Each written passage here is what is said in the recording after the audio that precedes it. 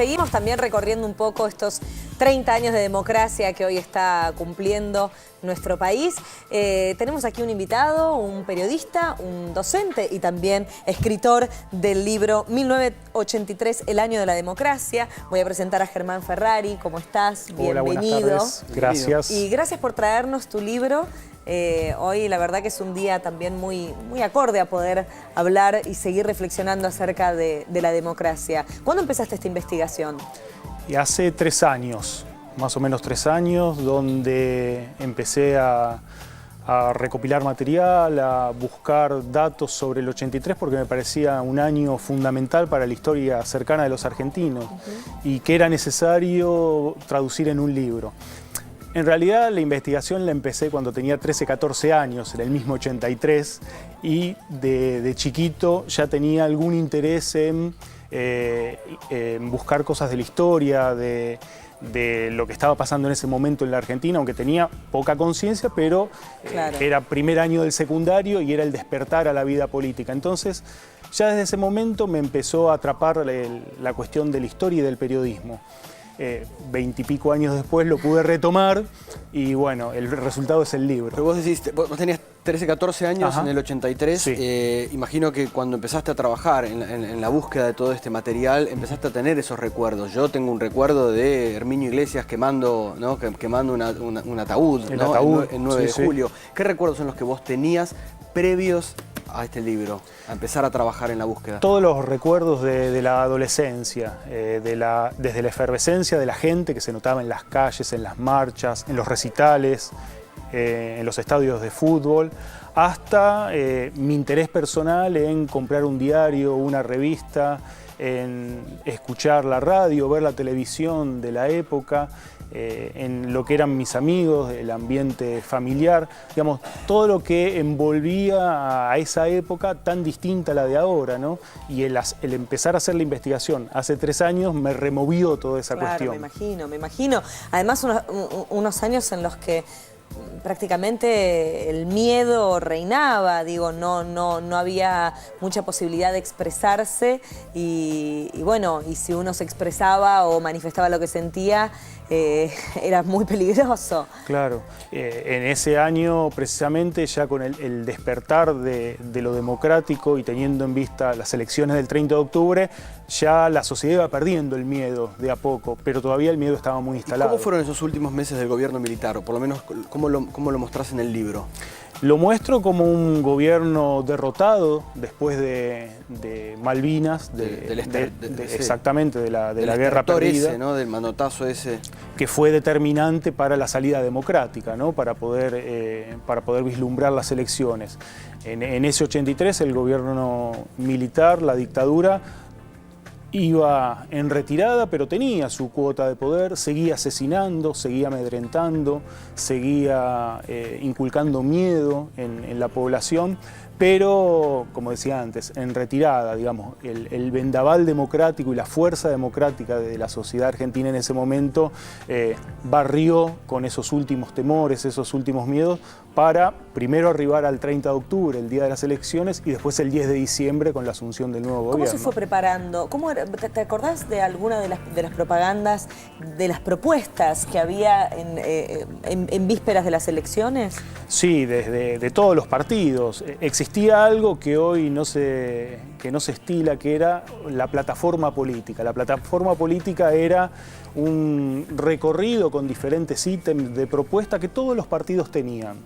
En ese momento, desde el servicio militar obligatorio o no, hasta la ley de divorcio, pasando por cuestiones económicas, de programa económico, el tema de los derechos humanos, muy fuerte, qué se hacía con el legado del terrorismo de Estado, Claro. ¿no? Eso estaba presente en todos los partidos.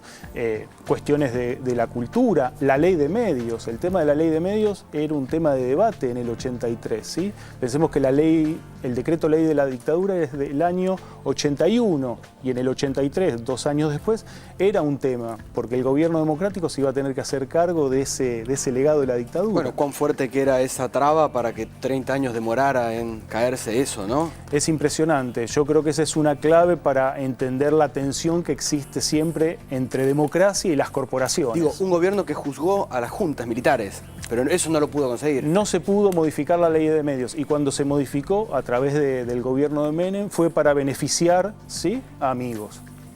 Exactamente. Y estoy pensando, ¿no?, un poco viendo las imágenes que estamos compartiendo y también, bueno, mi experiencia de haber ido a votar el domingo, que siempre es emocionante para mí, a pesar de haber nacido prácticamente en la democracia.